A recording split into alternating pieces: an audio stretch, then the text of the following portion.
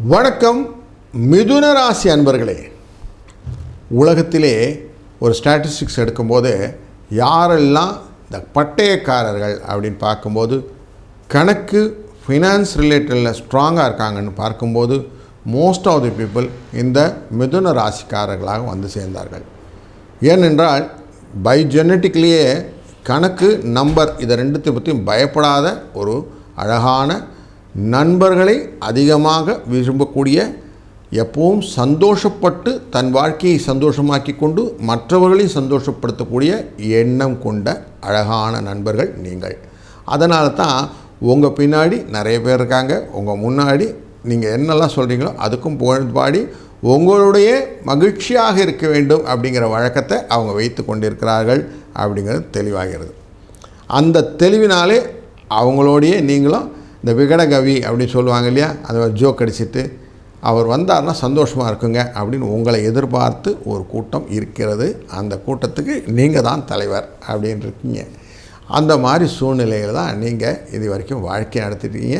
உங்களுக்கு பணத்தை பற்றி கவலை இல்லை, எது வந்தாலும் ஏற்றுக்கலாம் சார், பார்த்துக்கலாம் சார் அப்படின்னு தைரியமாக பார்த்துக்கிறீங்க. இன்றைய நாளில் ஜூலை மாதத்தில் எப்படி உங்களுக்கு பலன் இருக்க போதுன்னு நம்ம பார்த்துருவோம். குரு உங்கள் ராசிக்குள்ளே இருக்கிறார். நார்மலாக கிளாஸ் ரூமில் வாத்தியார் இருந்தால் எப்படி இருக்குமோ அந்த சூழ்நிலை தான் உங்கள் தலைக்குள்ளே இருக்குது. பயமாக இருக்குது. அவர் எப்படா வெளியில் கிளம்புவார், எப்படா அவர் அந்த பக்கம் அசருவார், நம்ம வாழை ஊற்று விடுவோம், நம்ம இது பண்ணுவோம் இல்லையா, அந்த மாதிரி உங்கள் மைண்ட் செட்டு எப்போனா ஆப்பர்ச்சுனிட்டி கிடைக்குதான்னு உட்காந்துருக்குது. ஆனால் குரு அழுத்தம் திருத்தமாக உங்கள் ராசிக்குள்ளே சுற்றினுக்கிறாரு. மிருகசிரீஷம் அப்படிங்கிற இந்த நட்சத்திரங்கள், திருவாதிரை என்ற ராகுவின் நட்சத்திரம், புனர்பூசம் என்ற குருவின் நட்சத்திரம் மூன்றும் ஒருங்கே அமைந்த உங்கள் ராசி ஒரு கம்ப்ரைஸ்டு பேக்காக இருக்குது. அதுலேயும் திருவாதிரைங்கிறது உங்களுக்கே தெரியும், சிவனுக்கு உகந்த ஆருத்ரா இது பண்ணுறது மார்கழியில் இருக்கும் இல்லையா. அப்போ அந்த ஆருத்ரையின் அதிதேவதை இங்கே தான் இருக்குது. அப்போ ராகு இருக்கிறார். பெரிதாக திங்க் பண்ணணும்னு எண்ணங்கள்லாம் இருக்கும், ஆனால் செய்ய முடியாத ஒருத்தர் தடுத்துக்கிட்டு இருக்கிறாரு அப்படிங்கிற சூழ்நிலையில் இருக்கிறீங்க. அதை ஆரம்பிக்கும்போது சூரியன் உங்களோட இருக்கிறாரு. 17ஆம் தேதி அவர் கொஞ்சம் ஆடி மாதம் அப்படின்னு உள்ளே போயிடுவார். அந்த 2ஆம் இடத்துக்கு போகக்கூடிய சூரியன் கொஞ்சம் வியாதி அப்படிங்கிறது மண்டைக்குள்ளே வச்சுருந்தார். கண் பார்வை, பல் புராச்சனை, எலும்பில் கொஞ்சம் பெயின் இதெல்லாம் கொடுத்துக்கிட்டு இருந்தவர் 2ஆம் இடமான குடும்பஸ்தானத்துக்குள்ளே போகிறார். அப்படி போயிட்டாருன்னா என்ன ஆகணும்னா, நார்மலாக குடும்பத்தில் கொஞ்சம் கவலை கொடுக்கக்கூடிய சூழ்நிலை, எதையான பண்ணணும் அப்படின்னு போய் பண்ணி அதில் பிரச்சனைகளை ஏற்படுத்தி அதில் ஒரு சண்டை சச்சரவு ஃப்ரிக்ஷன்ஸ் எல்லாம் வரக்கூடிய ஒரு சூழ்நிலை இருப்பதால் கொஞ்சம் எச்சரிக்கையாக இருக்கணும். அந்த 2ஆம் இடத்துல உங்கள் ராசிநாதனான புதனும் உட்கார்ந்துருக்க போகிறாரு. அவர் அஸ்தங்கம்னு ஆகிடுவார். ஆனால் 2ஆம் இடத்துல புதன் இருப்பது நல்லது. அவரும் இந்த மாதத்தில் ஒரு வக்ரகதியை அடைந்து உங்களை நோக்கி வரக்கூடியதுனாலே சின்ன சின்ன பிரயாணங்கள்லாம் வரக்கூடிய சூழ்நிலை, கொஞ்சம் அலைச்சல்களுக்கு உண்டாகக்கூடிய சூழ்நிலையும் காட்டுவார். உங்களுக்கு லாபத்தை கொடுக்கக்கூடியது மேஷராசியின் அதிதேவதையான இந்த செவ்வாய். அவர் உட்கார்ந்துருக்கிறது 3ஆம் இடமான சிம்ம ராசிக்குள்ளே உட்கார்றாரு. அதனால் பணம் வரத்துக்கான வாய்ப்புகள் எல்லாம் இருக்குது. அவரோடு கேதுவும் சேர்ந்து உங்களுக்கு ஞானத்தை புகட்டி பணத்தை கொடுப்பார். அதனால் உங்களுக்கு சந்தோஷமாக ஓரளவுக்கு பணத்தை மேக்கப் பண்ணி கொண்டு வந்துடலாம் அப்படின்னு எண்ணம் வரும். உங்கள்கிட்ட கடன் வாங்கிட்டு போனவங்க கடனை திருப்பி கொடுப்பதும், அவர்கள் சில கேஸெல்லாம் இருந்ததுன்னா உங்கள் பக்கம் சாதகமாக பலன்களாக வரக்கூடியதும் நடக்கக்கூடியதாக இருக்கிறது.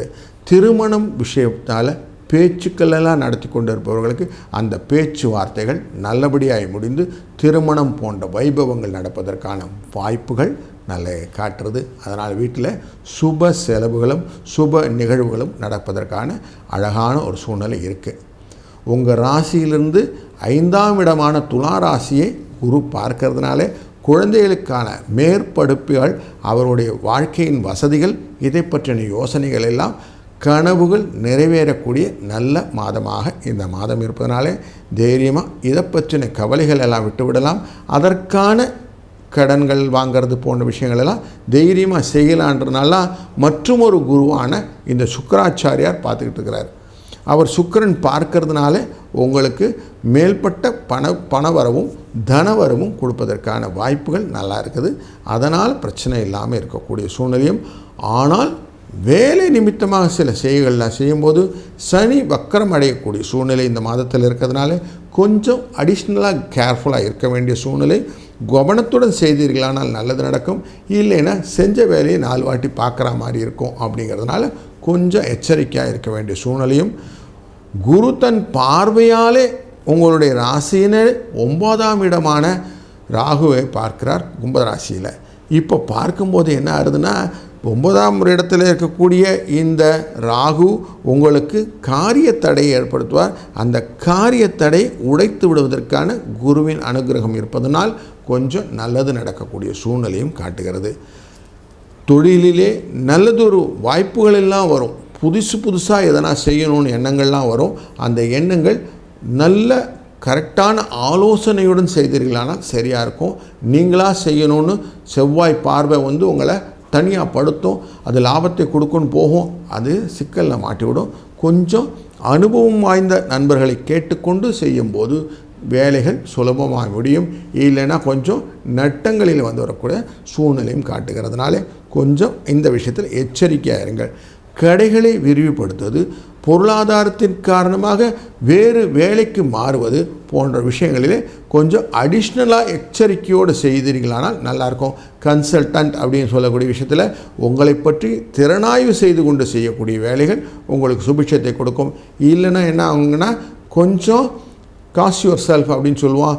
உங்களை பற்றி ஐயோ நான் இப்படி பண்ணிட்டேனே அப்படின்னு நம்மளை கர்ஸ் பண்ணிட்டு அதுக்கப்புறம் செய்யக்கூடிய விஷயங்களாக இருக்கிறதுனால கொஞ்சம் இந்த விஷயத்தில் எச்சரிக்கையாக இருக்க வேண்டியங்கிற காஷனை மைண்ட் செட்டில் வச்சுப்போம்.